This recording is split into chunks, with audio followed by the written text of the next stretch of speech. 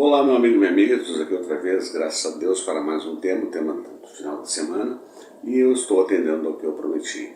Nós vamos tratar sobre o assunto por que a Câmara de Distância Velha terceirizou denúncia contra o dinheiro.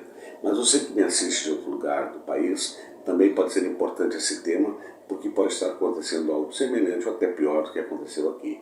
Trata-se de uma questão de asfaltos. Eu vou falar sobre isso, mas eu quero pedir para você que está chegando pela primeira vez no canal, se inscrever, ativar o sino das notificações, todos têm certinho, comentem, porque esse tema é muito importante, e compartilhem nas suas redes sociais. Quero, no entanto, fazer algumas observações. Em determinados assuntos, a pessoa tem que ter autoridade ou conhecimento para tanto. E eu me considero qualificado para debater esse assunto e mostrar o erro desde o início deste processo que culminou nessa denúncia e essa terceirização. Porque eu fui quem criou um programa de governo que foi feito para então ex-prefeito e falecido Toco. Você que é de outro lugar do país não conhece, eu sou uma grande pessoa, um grande prefeito, muito idolatrado pela população de Distância Velha, mas que em 2016 desistiu de concorrer depois de eu tê-lo buscado, ele enquanto presidente da FENAC, e fiz a composição inclusive de quem seria o vice dele. E aí todo mundo sabe o nome, sobrenome, endereço de quem causou todo esse mal e que fez com que o Toco recuasse e a posteriori cometesse uma tragédia contra a sua própria vida e de sua então companheira. Mas isto já é passado. Também quero destacar que sou autor de duas leis que foram aprovadas no município, sendo elas a Feira Livre nos Bairros e Turismo Rural. Ambas foram apresentadas pelo então vereador Carlito Borges na Câmara de Vereadores e aprovadas por unanimidade. Porém, contudo, todavia, até os dias de hoje não foi colocado em prática. Falando ainda sobre o plano de governo, o atual governo, porque como isso foi colocado à disposição do público, inclusive na Biblioteca Pública de Distância Velha, extraíram alguns textos, mas até o presente momento não conseguiram fazer basicamente nada. Então vamos agora ao que interessa. A Câmara de Vereadores fez essa denúncia, mas teve 7 vereadores que assinaram e 2 se absteram ou foram omissos, que é o caso do João Gabriel e da Gabriele. A questão é a seguinte: o erro começou quando a Câmara aprovou a contratação de um empréstimo do Banco do Brasil de cerca de 2 milhões de reais. E esta questão ela está atrelada ao Código Tributário Nacional, Estadual, e no município tem o seu próprio Código Tributário Municipal. Dito isto, na própria denúncia ofertada, os vereadores que ofertaram a denúncia ressaltam que o então hoje prefeito, na época vereador, aprovou esta lei, inclusive com uns aspectos de melhoria e melhor transparência. Esta é uma lei específica quando se trata de benfeitorias a um público específico e não para toda a sociedade de uma determinada localidade ou a sua maioria. Portanto, os vereadores já sabiam que a coisa estava começando errado, mas deixaram seguir, quem sabe, todavia, entretanto, para poder lograr êxito no seu nicho, junto ao seu nicho eleitoral e com isso obter votos. E foram deixando andar, e isto os erros foram agravando. Então eles mostram nessa denúncia que o prefeito cometeu o ato de improbidade administrativa, porque ele ignorou a lei vigente, mas a Câmara também foi omissa porque permitiu que tudo acontecesse e esses asfaltos foram feitos. E agora então, para você entender como é que isso funciona. O asfalto foi feito em algumas ruas ou avenidas e para fazer isso entra então o Código Tributário, no caso o municipal, que existe essa lei, então já é específica, mas que obedece a alguns critérios que antecedem a execução da obra ou das obras.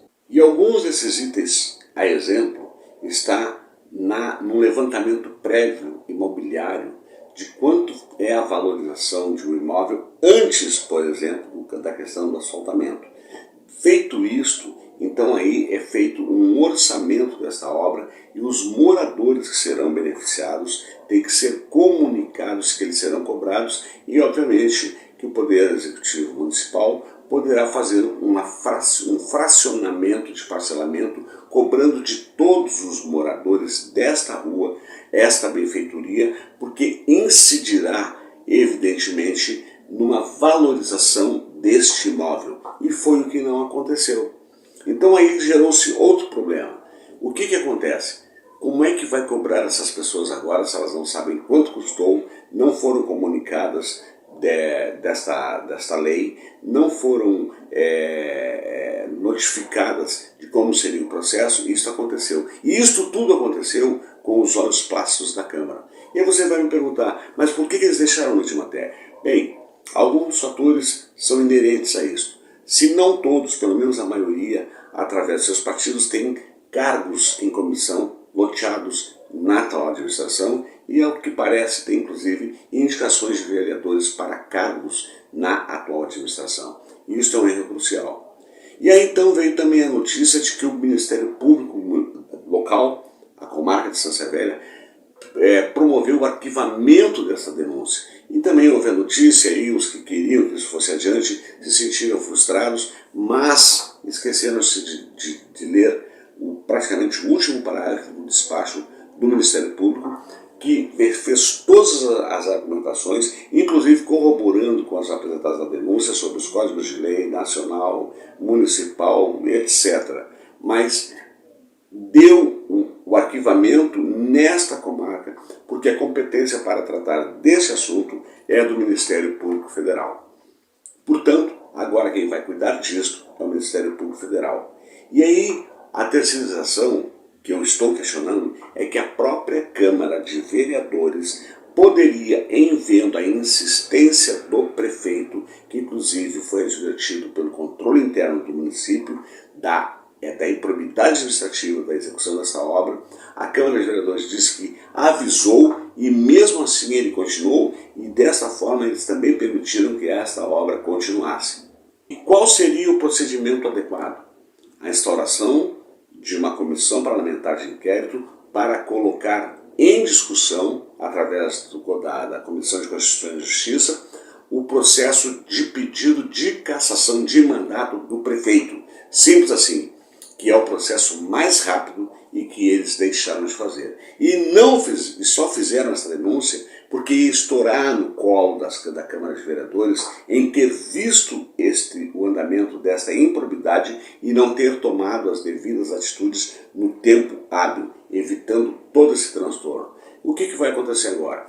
O Ministério Público Federal vai avaliar, porque a denúncia é forte, ela tem base legal, consistente, mas o Ministério Público Federal poderá fazer a abertura de um inquérito onde provavelmente entra a Polícia Federal para buscar mais informações, documentos e outras coisas que ache necessária, e a partir daí provavelmente entrar com uma ação civil pública ou uma ação penal pedindo a cassação do prefeito. Só que este processo é um pouco longo, pode demorar algum tempo.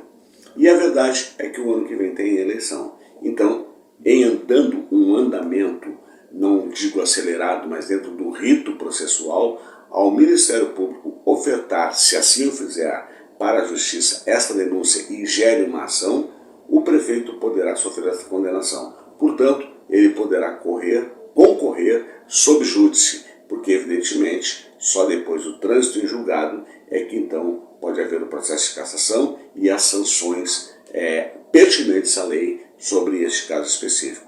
E eu repito, como é que fica agora a população de Estância Velha, que vai pagar integralmente esses cerca de 2 milhões de reais e não foi beneficiado? E como cobrar daqueles que foram beneficiados se eles não foram informados e todo mundo achou maravilhoso o asfalto sua rua, que de fato é muito bom, mas a lei na íntegra ela foi ignorada pelo prefeito e com um olhar plácido da Câmara de Vereadores deixou tudo acontecer. Repetindo, só fizeram a representação porque esta bomba ia explodir no colo deles, porque já tinha sido advertidos pelo controle interno, a Câmara já tinha advertido, mas eles deixaram seguir o rito inconstitucional da realização dessas obras. É isso aí, foi isso que aconteceu, então agora nós temos que aguardar o andamento no Ministério Público Federal, como eu disse, podendo haver um inquérito ou, com base na denúncia ofertada, o Ministério Público já entender que pode fazer a oferta dessa denúncia à Justiça e, nesse sentido, começar a correr um processo que vai tramitar na linha de uma ação penal ou ação civil, uma ação civil popular, que isso é competência do Ministério Público. É isso aí.